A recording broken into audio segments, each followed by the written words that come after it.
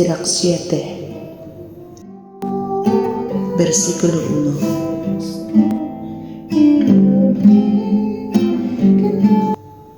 1 hasta versikulo 36. Huwag kang gumawa ng masama at walang masamang darating sa iyo. Humiwalay ka sa kasamaan at ito'y kusang lalayo sa iyo. Anak ko, huwag kang maghasik sa mga matudling na kawalang katarungan, pagkat baka anihin mo iyon ng makapito. Huwag kang humingi ng pangunahing pwesto sa Panginoon, ni ng marangal na luklukan sa hari. Huwag mag-anyong makatarungan sa harap ng Panginoon o marunong sa harap ng hari. Huwag mong hangarin ang tungkulin ng hukom, baka di mo kayang alisin ang kawalang katarungan. Baka paboran mo ang isang makapangyarihan at mawalan ka ng pagkamatuwid. Huwag kang mamiminta sa kapulungan ng lungsod at baka hiyain ka sa harap ng tao. Huwag mong ulitin ang iyong pagkakasala. Sapat na ang minsan upang tumanggap ka ng parusa.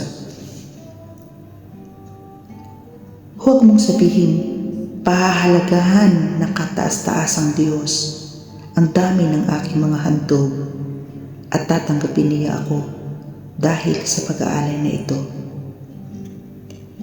Magdasal ka ng buong taimtim at huwag mong kaligtaan ang paglilimos.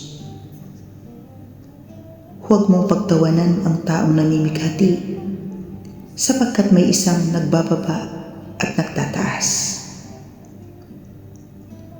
Huwag kang magsinungaling laban sa iyong kapatid, gayon din ang iyong kaibigan. Iwasan mo ang kahit anumang kasinungalingan, sapagkat walang nagagawang kabutihan iyon. Huwag kang dumaldal sa kapulungan ng matatanda, ni magpaulit-ulit sa iyong panalangin. Huwag mong kasuklaman ang mahirap na gawain, ni ang pagbubungkal ng lupa na nilikha ng kataas-taasan. Huwag makikisama sa mga makasalanan, alalahanin mong di mababalam ang puot ng Diyos. Magsisi ng buong katapatan. Parurusahan nga ang mga tampalasan sa apoy at mga uuhod. Huwag mong ipagpalit sa salapi ang iyong kaibigan, ni ang tunay na kapatid sa ginto ng upir. Huwag mong pag-atubilihang pakasalan ang isang matalino at mabait na babae, sapagkat higit pa sa ginto ang isang mabuting asawa. Huwag pagmalupitan ang katulong na naglilingkod ng tapat, ni ang gumagawa ng buong sipag. Mahalin mo ang matalinong alipin tulad ng iyong sarili, at huwag ipagkait ang kanyang kalayaan. Mayroon ka bang kabakahan? Alagaan mo sila. Kung pinakikinabangan mo, ingatan mo sila. Mayroon ka pang mga anak, turuan mo sila at sanayin mong maging masunurin mulang pagkabata. Mayroon ka bang mga anak na babae, pangalagaan mo ang kanilang pagkabirhen at huwag kang maging maluwag sa kanila. Mahalagang katuparan ang ipakasal mo ang iyong anak na babae, ngunit ipakasal mo siya sa isang marunong na lalaki. May asawa ka bang kanais-nais? Huwag mo siyang itatakwil. Hindi mo ba siya naiibigan? Huwag kang magtiwala sa kanya. Igalang mo ng buong puso ang iyong ama, at huwag kalilimutan ang paghihirap ng iyong ina. Alalahanin mo sila ang nagluwal sa iyo. Paano mo sila gagantihan?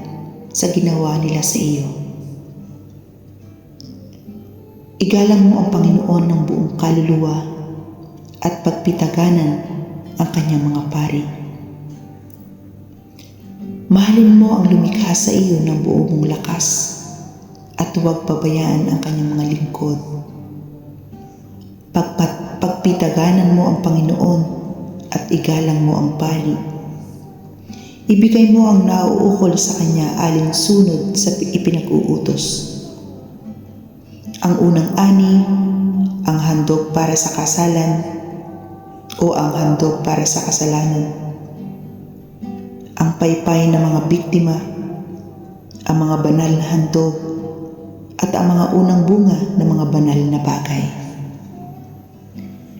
Idukwak mo ang iyong kamay sa mahihirap upang ganap kang pagpalain. Maging magandang loob sa lahat ng nabubuhay at huwag ding kalimutan ang mga patay. Huwag kang magkulang sa mga namimighati.